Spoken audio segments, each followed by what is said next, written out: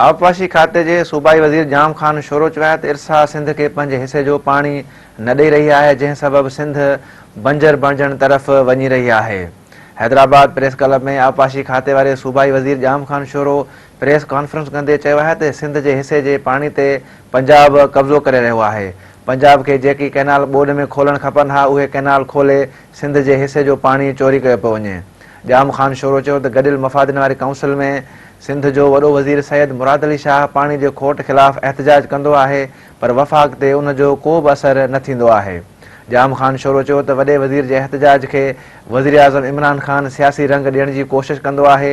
जाम Khan sorrow चयो त हिन वक़्तु गुडू वटि 32,000 क्यूसेक पाणी आहे, जेको कोटड़ी बैराज वटि पहुचण ताईं 25,000 क्यूसेक थी वेंदो। उन जे करे 2 ॾींहनि ताईं केबी फीडर ऐं डाउन स्ट्रीम में पाणी जी फरहमी बंदि कई वई आहे। हुन चयो त उन ॻाल्हि खे मञूं था त आबपाशी खाते जे करप्ट कामरनि सबबि पाणीअ जी मुनसिफ़ाणा विर्छ न थी रही आहे, पर अध खां वधीक सिंध खे पंहिंजे हिसे जो पाणी बि न पियो मिले। जाम ख़ान शोरो चयो त पाणी जी खोट सबबि ख़रीफ़ जे फसल खे नुक़सानु थींदो ऐं बदीन ज़िले जे पुछड़ी नसीर शाख ते पाणी जी खोट आहे।